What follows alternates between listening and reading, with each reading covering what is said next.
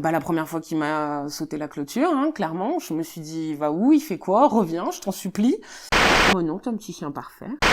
La factrice m'avait même proposé de l'emmener en tournée, tellement il avait l'air content de la voir.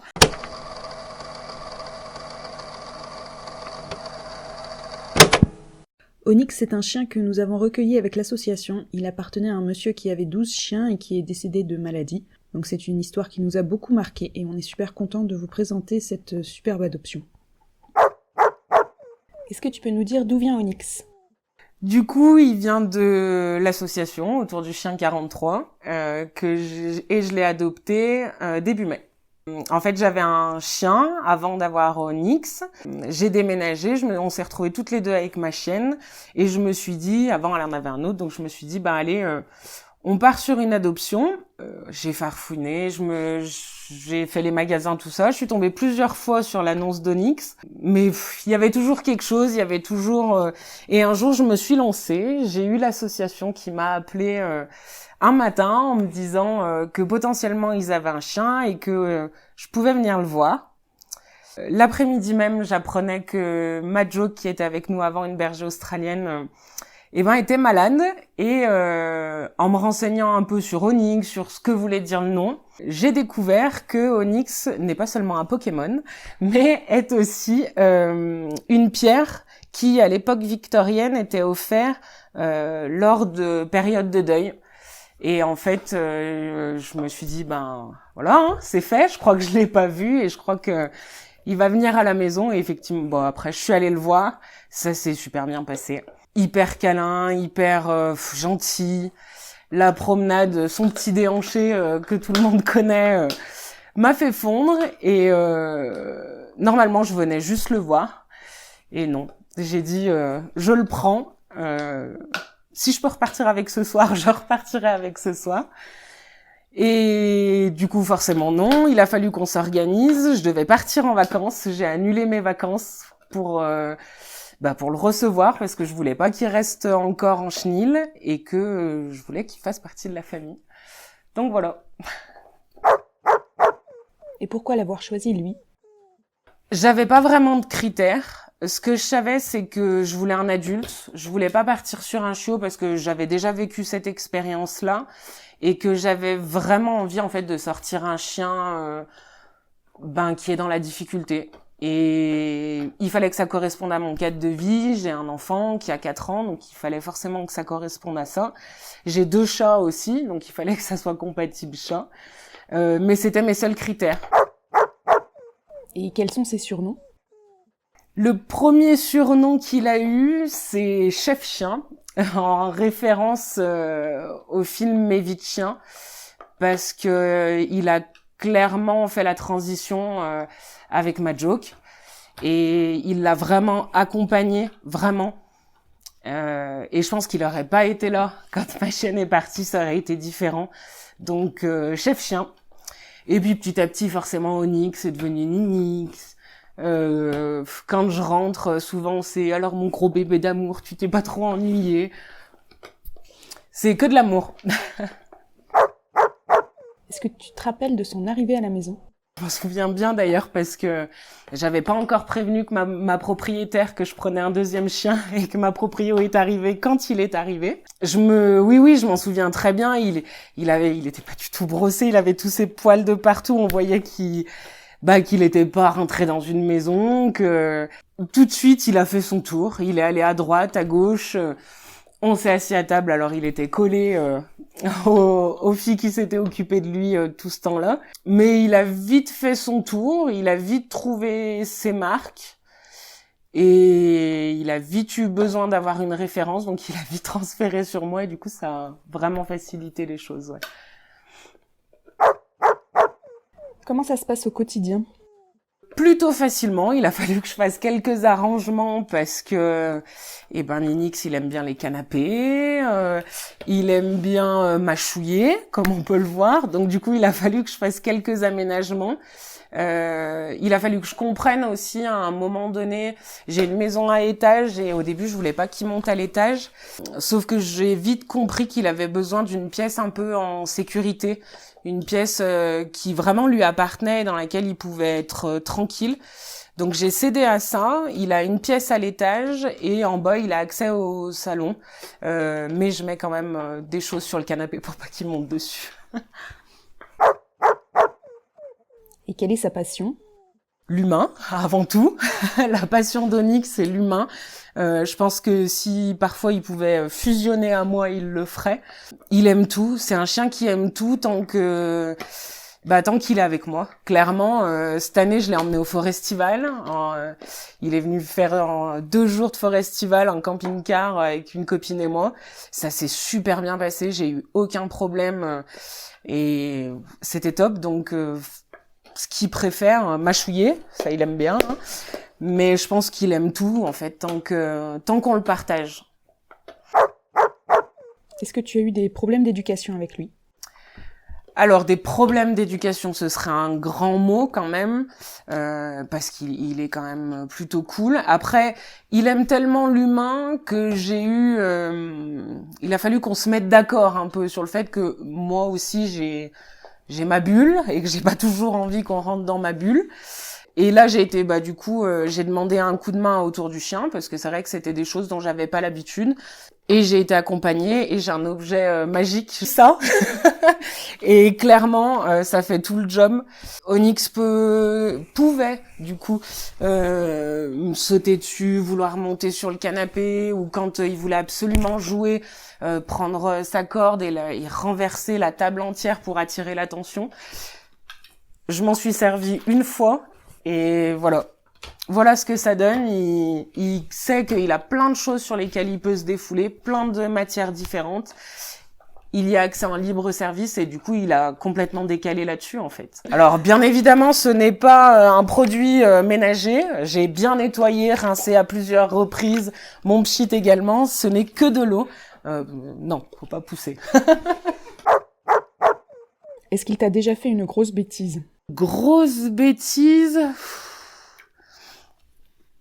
Non, de grosses bêtises, non. Après, mais des bêtises que, en même temps, je pouvais m'en vouloir qu'à moi-même parce que j'ai laissé traîner le paquet de gâteaux sur le bar. Bah oui, forcément, lui, il y a vu une opportunité. Mais de grosses bêtises, franchement, non, je crois pas. Non. Est-ce qu'il t'a déjà foutu la honte ? Moi non, t'es un petit chien parfait. Non, je crois, non. Non, vraiment... toujours collé à mes basques. Non. Si, ou quand il rote, comme ça. Il rote et il pète. Si, c'est vrai que tu rotes et tu pètes quand même. Est-ce qu'il t'a déjà fait peur ? Oh oui. Ah bah oui. Oui, parce que on se connaissait pas les premiers temps, donc il a fallu apprendre à se connaître. La première fois qu'il m'a sauté la clôture, clairement, je me suis dit va où, il fait quoi, reviens, je t'en supplie. Il est tout de suite revenu, j'ai eu aucun problème. Et du coup, il saute la barrière parce qu'il aime tellement les gens qu'il veut aller voir les gens. Donc au début, j'avais clairement pas le temps de descendre pour lui ouvrir le portail parce que je savais que c'était juste pour aller voir, on m'avait prévenu de ça. Donc à chaque fois que j'en avais l'occasion, je lui ouvrais le portail pour qu'il comprenne que attends 30 secondes, je te l'ouvre et tu vas avoir ce que tu veux. Donc les premières fois où il m'a sauté la clôture, c'était aussi pour aller voir le facteur d'ailleurs. C'était une chose dont on m'avait prévenu déjà, qui apparemment il aimait bien les facteurs. Et effectivement, la factrice m'avait même proposé de l'emmener en tournée tellement il avait l'air content de la voir. Donc c'est la petite anecdote, ça, où je me suis dit ah oui, ok, on ira voir le facteur dès qu'il sera là. Je m'étais dit que effectivement le facteur, il passait tous les jours à la maison et que du coup il avait peut-être créé un lien avec cette voiture jaune typique du facteur. Et c'est vrai que c'est clairement la voiture qu'il a vue parce qu'il aurait pu monter dedans, il serait monté dedans, je pense. Ouais. Est-ce qu'il t'a déjà surprise ? Il m'a surprise quand je l'ai emmené à la Grande Motte. Je l'ai complètement sorti de sa zone de confort. Bon, Onyx, bien. Je l'ai complètement sorti de sa zone de confort en l'emmenant en ville, surtout la Grande Motte, on parle d'une zone balnéaire quand même. Il a été au top. Alors bon, 3 jours. Il m'a clairement fait comprendre au bout d'un moment, maman, t'es bien gentille, c'était super cool et la plage, c'était trop bien. Mais il y a trop de monde, viens, on rentre dans notre campagne. Mais il a été exceptionnel. Franchement, on a fait resto, bar, plage. Alors après, clairement, le matin à 6 heures, on faisait 2 heures de rando avant de pouvoir passer une journée comme ça. Mais il a été au top et j'ai été agréablement surprise du fait qu'il était adaptable, en fait. Clairement adaptable, ouais. Et du coup, on s'est dit, bah allez, on va monter le niveau avec le Forez. Est-ce que des fois il t'énerve?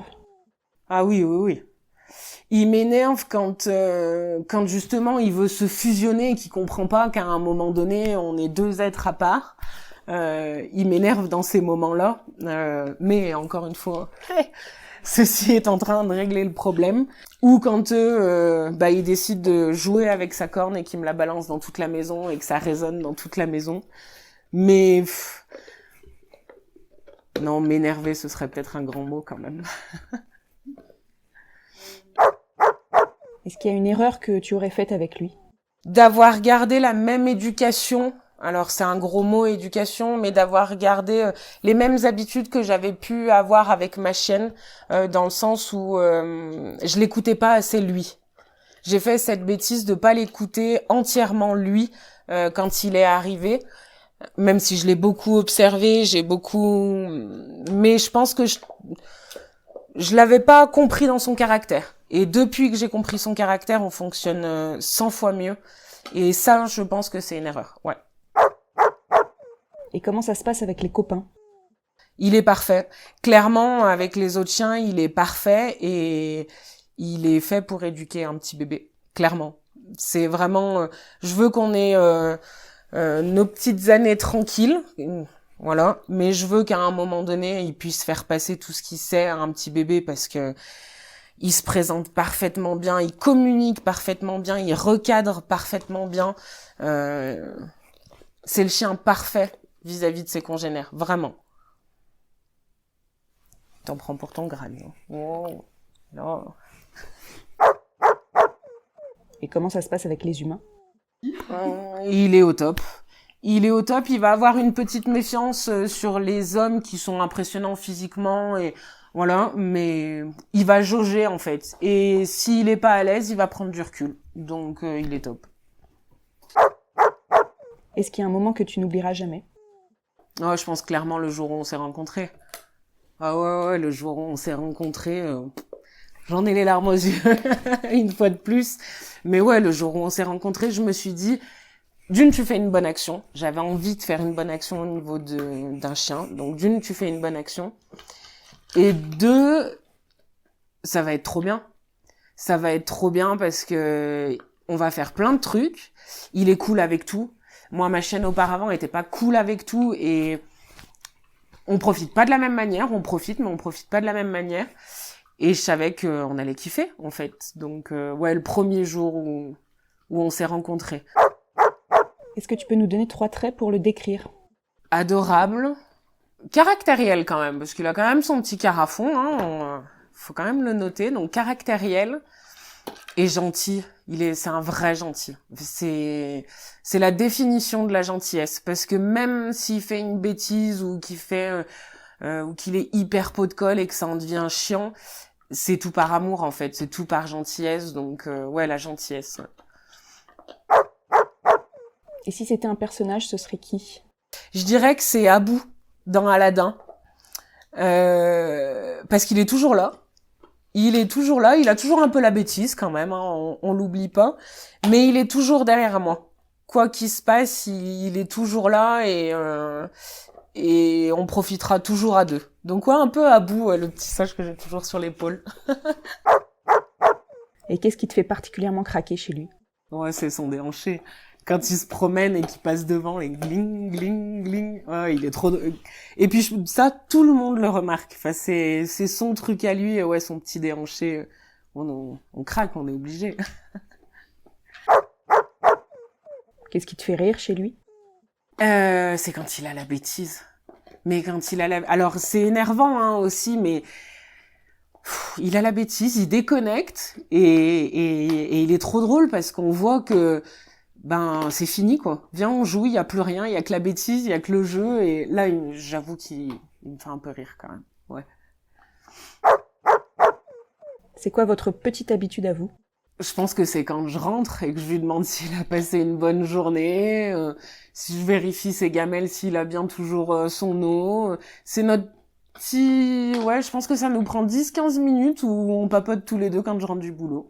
Alors bon, j'ai pas de réponse, hein, que tout le monde se rassure, je n'entends pas mon chien me répondre, mais je le regarde et je pense qu'il y a certaines choses qui passent quand même, ouais. Et qu'est-ce qu'il a changé dans ta vie? Vu que j'ai déjà eu un chien et que j'ai déjà vécu avec un chien, je pense que vraiment ce qui a changé, c'est le fait qu'avec lui, je me pose zéro question et que je l'emmène de partout. Même souvent, on me dit, oh, t'es chiant, tu veux toujours traîner ton chien. Ouais, mais j'aime bien traîner mon chien de partout. Je pense que c'est ça, c'est qu'il est toujours là, j'ai toujours mon chien avec moi et du coup, ça crée un lien encore plus... Ouais, il est toujours derrière moi, on me dit, c'est ton ombre, quoi. Il est toujours là. Tout simplement, merci à l'asso pour ce que vous faites. Pour les chiens, pour les adhérents, parce que vous nous apprenez énormément de choses. Et merci de l'avoir mis dans mes pattes, ou de m'avoir mis dans ses pattes, je sais pas.